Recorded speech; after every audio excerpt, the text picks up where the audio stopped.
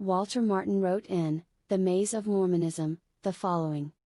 How could Nephi and just a small handful of men build a temple like Solomon's when it took Solomon 7.5 years using more than 180,000 workers to complete the temple in Jerusalem?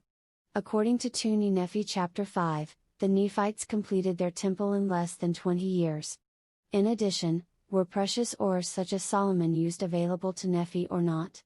Verse 15 says that they were in great abundance, but the very next verse says that they were not to be found upon the land. Others like Ira Ransom has made similar accusations. Is this a good criticism? The text does not suggest what they critics complain about.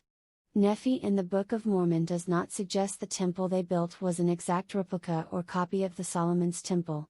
He says the temple they built was done after the manner of Solomon's temple. It was patterned or arranged in a similar way. This does not mean it was the same size, made of the same materials, and so forth.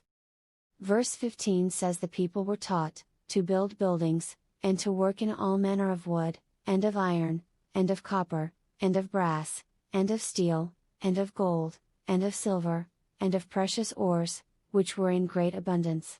These materials were in abundance in the area they built the temple. However, the Temple of Solomon was contained far more than this. Those precious things unique to the Temple of Solomon, say like special dyes, paints, and so forth, that were not available to them. Nephi's temple was modeled after the Temple of Solomon, but for Ira Ransom, Walter Martin, and others to assume it was a nearly exact replica is to assume something that is not said in 2 Nephi. The function and pattern was basically the same, while the materials and scale could have been completely different. Thank you for your time.